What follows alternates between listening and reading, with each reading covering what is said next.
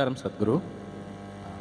Indians don't know the greatness of this culture. How to bring back the pride, Sadhguru?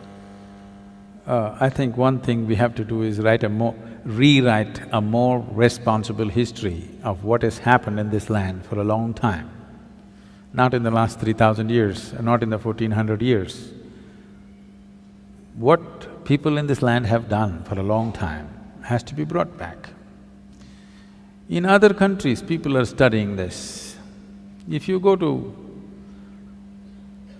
there are Lebanese people, if you study in a school in Lebanon, you will read about how Indian workers, Indian sculptors, Indian elephants, Indian yogis came and built a Phoenician temple 4,300 years ago in Lebanon, which is called as Baalbek, which is a phenomenal temple. 4,300 years ago, some of the foundation stones are over 300 tons and there is no granite in Lebanon. They transported it all the way from Egypt, across the canal and up the mountain and put it up there. Indian elephants, workers and sculptors worked. The proof, there is enough proof, but one proof is visually hanging there is lotuses in the ceiling. Indian sculptor has to put a lotus wherever he goes. Where would a Lebanese sculptor have seen a lotus? Obviously there are no lotuses there. So, how many Indian children forget about children, how many Indian grown-ups have heard about this? No. The Tamil kings went and built Angkor Thom and Angkor Wat in Cambodia. Angkor Thom is the largest religious building on this planet. The intricacy and the engineering, the sheer design and engineering of how these temples are built, if you go and see, you will feel proud of being a human being, because if human beings can think something like this 1,000 years ago and manifest it, it is too much. This was done by the Tamil kings, most of the work done by probably the Tamil labor. From first standard to 12th standard, does any Tamil child even read a line about this in their history book? No. We only read how we were conquered, raped, looted, beaten by other people. Then if there is no pride, why would you want to recreate it? You need to understand this. A culture or a nation is just an idea. When human beings take this on as an identity, attach some pride to it, it burns through one's mind and into his heart. Now he wants to protect it, rise it, keep it clean, keep it wonderful. If you do not build pride into it, then people will want to avoid it. Everybody will want to avoid it. Now, whatever you think is most successful in the world, you will want to imitate that. Today, our idea of success has become purely economic, not aesthetic, it is not intelligence that we value, it is not wisdom that we value, it is not beauty or aesthetics that we value, it is not spiritual attainments that we value. Who is the big man in Coimbatore, if I ask? People will only name the richest man in the town. They will not name the wisest man in town, the most beautiful man in town, most meditative man in town. No, the richest man in town is the biggest man. So who is the biggest whatever?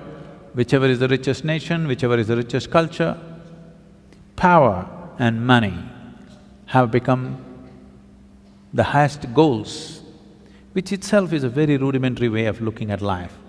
Because of that, right now, I promised the American meditators, next 2 years I'm going to invest a lot of time in United States, because knowingly or unknowingly, they have taken on the leadership in the world. In a sense, see, if all the American people wear blue workman's clothes, half the world is wearing Americans' workman's clothes. You just go to any city, Mumbai or Chennai or Bangalore especially, you look down below the knees, more than 60% is wearing blue denims. When we have the most intricate weaves, there are over 120 weaves in the country which are unique and many of them are dying. No other culture on the planet has the variety of weaves that India has. All of them will die. Chinese silk is going to kill it unless all of you ladies make at least 20% of your wardrobe into handmade Indian weaves. They will all vanish in the next 10 or 15 years. Why is everybody wearing not even American executives' clothes, American workman's clothes? As if that's not enough, if they tear their trousers, everybody tears their trousers. Yes. It's all torn, but in a very expensive way.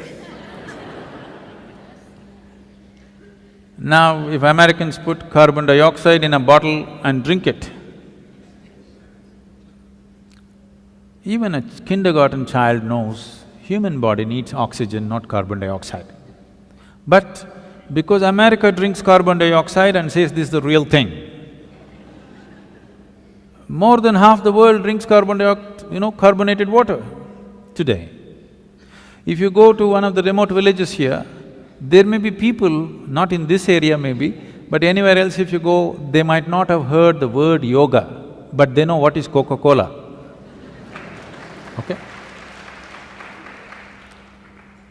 So, I thought if Americans tear their trousers, everybody tears, Americans wear their pants down in their seat, everybody does the same thing, Americans drink carbon dioxide, everybody does that. So I thought if we can get America to meditate, the world will meditate.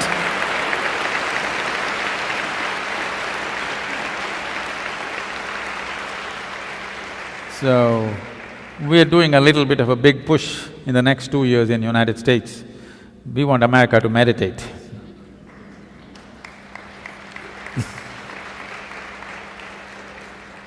They're kind of getting ready, they're tired of the carbonated water.